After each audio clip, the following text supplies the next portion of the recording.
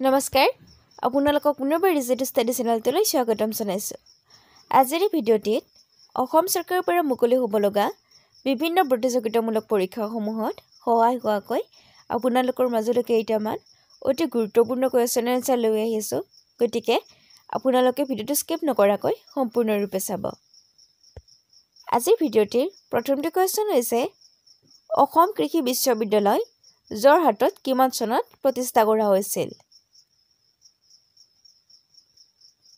অপশ্যনকেইটিৰ ভিতৰত শুদ্ধ উত্তৰটো হ'ব অপশ্যন নম্বৰ চি 1969 চনত। মনত ৰাখিব অসম কৃষি বিশ্ববিদ্যালয় যোৰহাটত 1969 চনত প্ৰতিষ্ঠা কৰা হৈছিল। নেক্সট কুৱেশ্যনটিত আছে সাহিত্য একাডেমী বঁটা লাভ কৰা প্ৰথম অসমীয়া কোন? অপশ্যনকেইটিৰ ভিতৰত শুদ্ধ উত্তৰটো হ'ব option number C Jatindranath Duwara. মনত ৰাখিব সাহিত্য একাডেমী বঁটা লাভ কৰা প্ৰথমগৰাকী অসমীয়া হৈছে যতীন্দ্ৰনাথ দুৱৰা। নেক্সট কুৱেশ্যনটিত আছে তলত উল্লেখিত কোনখন ৰাজ্যত মৌচুমী বাৰিষা প্ৰথমে আহে?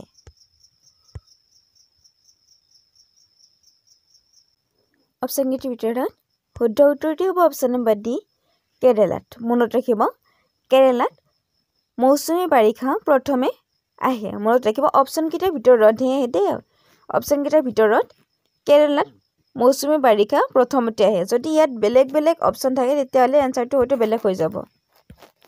নেক্সট কুৱেশ্যনটিত আছে ভাৰতৰ উপকূলীয় ৰাজ্যৰ সংখ্যা কিমান? অৰ্থাৎ আমাৰ ভাৰতবৰ্ষত কিমানটা উপকূলীয় ৰাজ্য আছে? অপশ্যনকেইটিৰ ভিতৰত শুদ্ধ উত্তৰটো হ'ব অপশ্যন নম্বৰ ডি 9টা।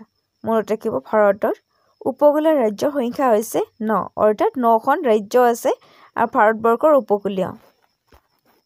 নেক্সট কুৱেশ্যনটিত আছে মেঘালয় কি মালভূমি অংশ? অৰ্থাৎ মেঘালয় তলত উল্লেখিত কোনটো মালভূমিৰ অংশ? অপশ্যনকেইটিৰ ভিতৰত শুদ্ধ উত্তৰটো হ'ব অপশ্যন নম্বৰ বি উপদ্বীপীয় মালভূমি। মনত ৰাখিব মেঘালয় উপদ্বীপীয় মালভূমিৰ এটা অংশ। নেক্সট কুৱেশ্যনটিত আছে হিমালয় পৰ্বতমালাক কিমানটা ৰেঞ্জত ভাগ কৰা হৈছে?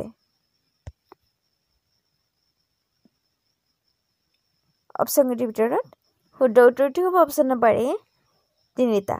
মনত ৰাখিব হিমালয় পৰ্বতমালাক 3টা ৰেঞ্জত ভাগ কৰা হৈছে।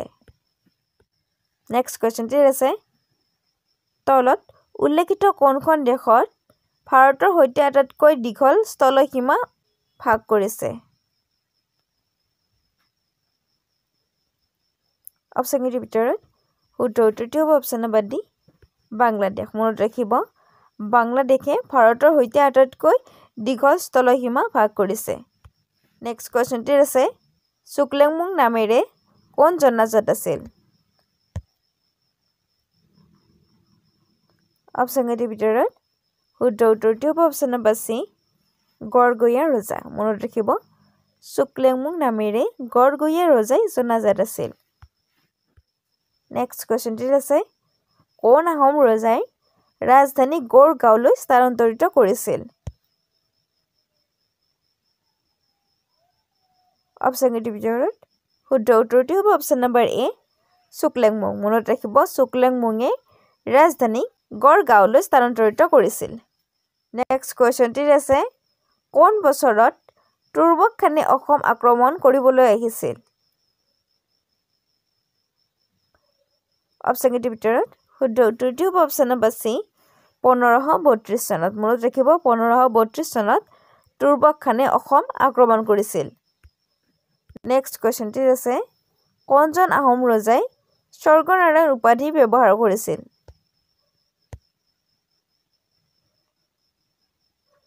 অপশ্যনকেইটিৰ ভিতৰত শুদ্ধ উত্তৰটো হ'ব অপশ্যন নম্বৰ ডি চুহুংমুং। মনত ৰাখিব চুহুংমুং ৰজাই স্বৰ্গনাৰায়ণ উপাধি ব্যৱহাৰ কৰিছিল বা গ্ৰহণ কৰিছিল। নেক্সট কুৱেশ্যনটিত আছে পবিতৰা বন্যপ্ৰাণী অভয়াৰণ্য ক'ত অৱস্থিত?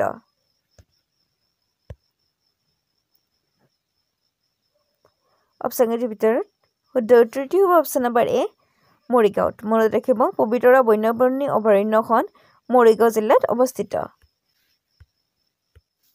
নেক্সট কোৱেশ্চনটি আছে জাহ্নু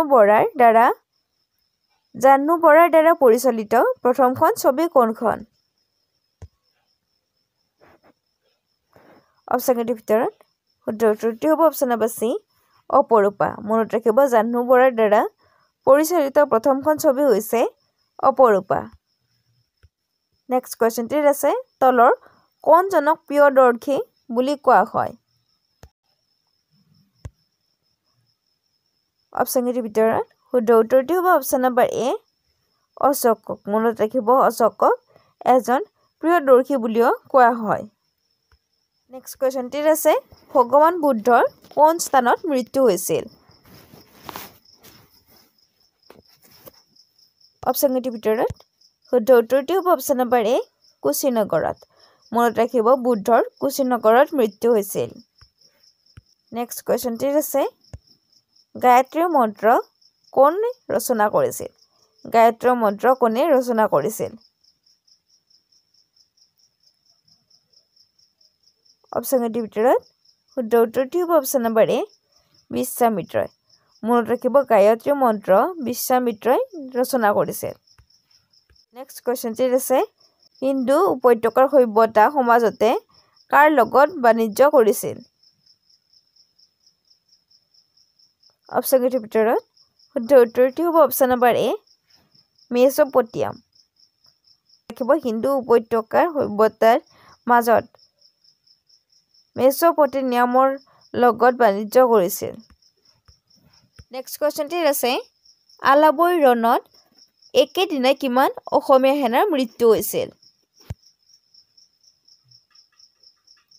অপচনৰ ভিতৰত শুদ্ধ উত্তৰটি হ'ব অপচন নম্বৰ এ 10,000 জন মনত ৰাখিব আলাবৈ ৰণত একেদিনাই 10,000 অসমীয়াৰ মৃত্যু হৈছিল কোৱেশ্চনটি আছে কোন চনত ভূপেন হাজৰিকা অসম সাহিত্য সভাৰ সভাপতি হিচাপে নিৰ্বাচিত কৰা হৈছিল অপচনৰ ভিতৰত শুদ্ধ উত্তৰটি হ'ব অপচন নম্বৰ চি 1993 চনত মনত ৰাখিব 1993 চনত ডক্টৰ ভূপেন হাজৰিকা অসম সাহিত্য সভাৰ সভাপতি হৈছিল নেক্সট কোৱেশ্চনটি আছে প্ৰথমখন অসমীয়া ভাষাৰ আলোচনী অৰুণোদয় ক'ৰ পৰা প্ৰকাশিত হৈছিল অৰ্থাৎ কোনখন ঠাইৰ পৰা অপচনৰ ভিতৰত শুদ্ধ উত্তৰটি হ'ব অপচন নম্বৰ চি শিৱসাগৰ মনত ৰাখিব প্ৰথম অসমীয়া ভাষাৰ আলোচনী অৰুণোদয়খন শিৱসাগৰৰ পৰা প্ৰকাশ কৰা হৈছিল